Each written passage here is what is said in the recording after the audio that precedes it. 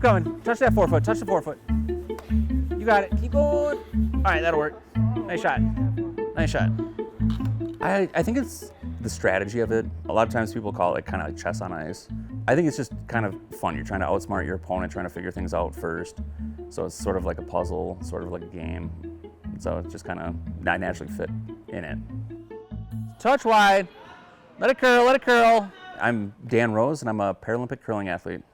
I started curling in 2019 when my friend who was a rec therapist back in Wisconsin just texted me out of the blue. She was sending a couple athletes out here to try curling, and they were looking for more people, and I had just moved out to Denver, and she asked if I wanted to give it a try, and said why not. I ended up performing really well at that camp, and then a year later I made the national team and have been on the national team since.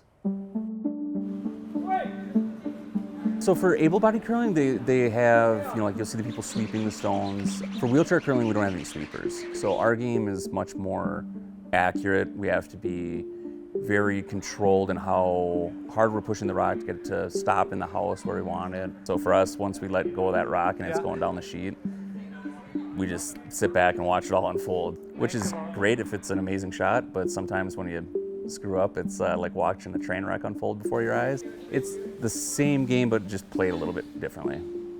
Thank you, Josh. So obviously my league that I'm playing in today is with able-bodied people, but I can still compete with them and contribute to the team. Yeah, keep it straight. Keep it straight. So I was injured 2011, and so when I got back home to Wisconsin, I went back to like my small town that I grew up in, and it just felt like I was like the only person in a wheelchair. It wasn't the most accessible place. Kind of felt like being a kid again, where like my parents would have to drive me around. I was back living at home with them.